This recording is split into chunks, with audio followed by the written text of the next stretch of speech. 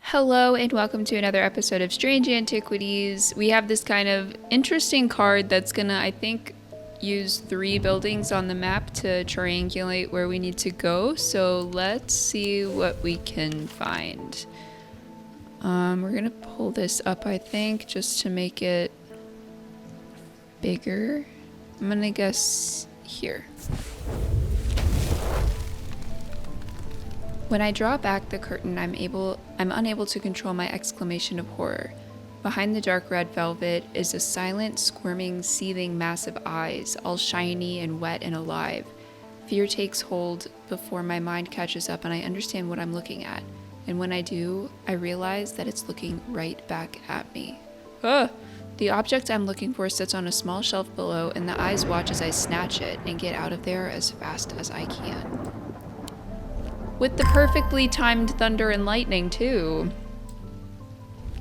Amazing.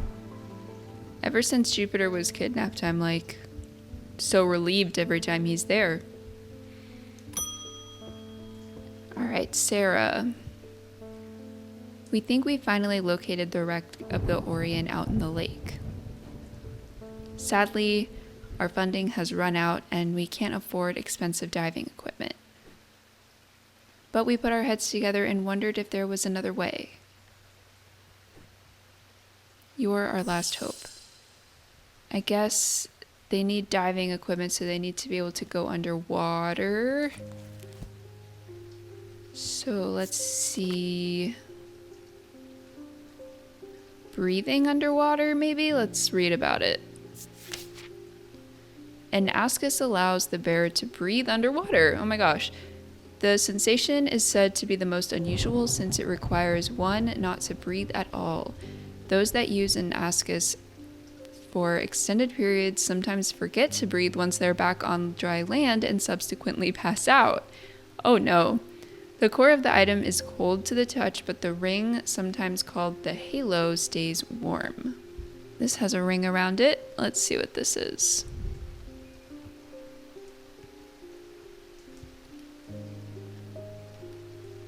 Cold and warm. I think we've got it.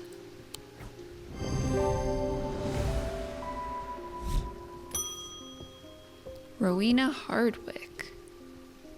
I'm close, but I need more power. I need St. Cedric's thunder, and quickly, while the storm's still raging. St. Cedric's thunder is used to store the power of a single thunderclap. Alchemists have been trying to harness this power for centuries, and there are rumors that some have indeed successfully used it to transmute base metals into gold. They are placed on the tops of mountains to charge them during storms. Gemstones can be used to prevent the charge from waning over time. Thunder!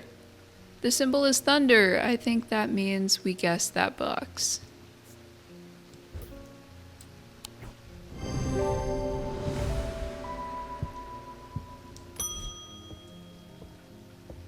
Oh no, I've been trying to get a hold of an Ambra. Before she vanished, Verona said it might have something to do with my patients. It had almost slipped my mind, but then I remembered that there's one right here in Strange Antiquities. Eli told me himself he keeps it locked behind ethereal key. Uh-oh, is that side on the left that we still have yet to unlock? These items cause mental fog, a withering of intellect and thought. They are slow to work, requiring several hours to have any effect. Through prolonged use, they can cause the whites of the eyes to turn black and the subject to become deeply disoriented. They produce a noctic field. Ethereal key. An ethereal key is designed to be hidden from prying eyes. When activated by moving the object in a circular motion, the key is revealed by the gemstone of light.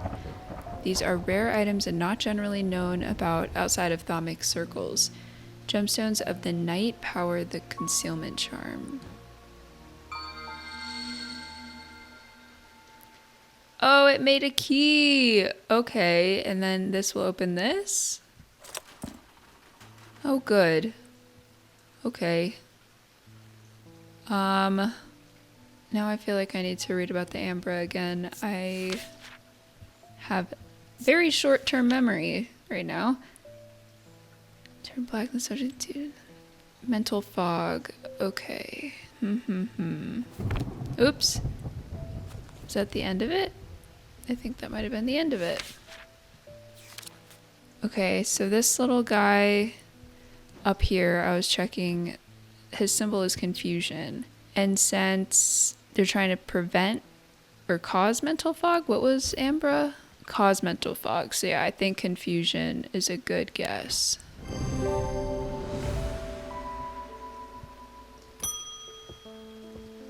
Bonnie? Oh no, you.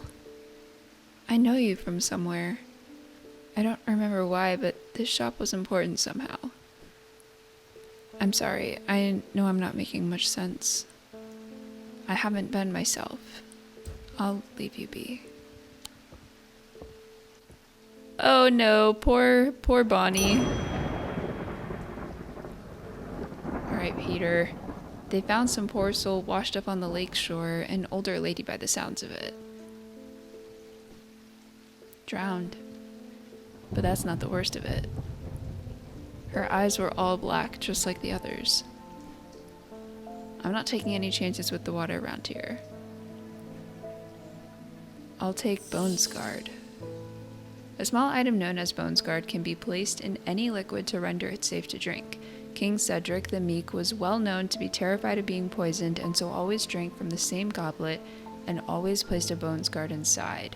He was stabbed to death in 1203. These objects bear the mark of the antidote. The mark of the antidote? Is that in here? Let's see. Well, this is potion. So is upside down maybe the opposite of potion, which would be antidote? Let's see. Because this guy has that same symbol, but just the other way around. You know, let's throw caution to the wind.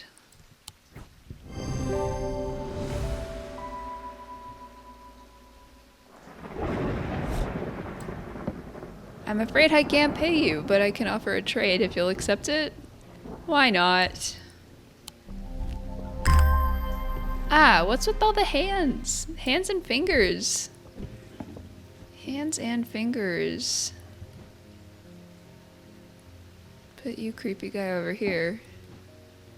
Whoa, that was quick. That was really quick.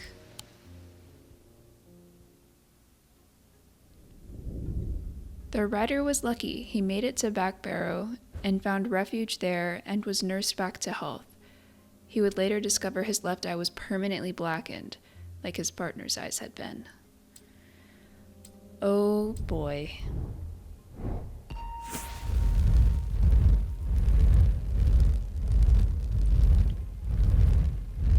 Is this a flower or the sun? What do we think?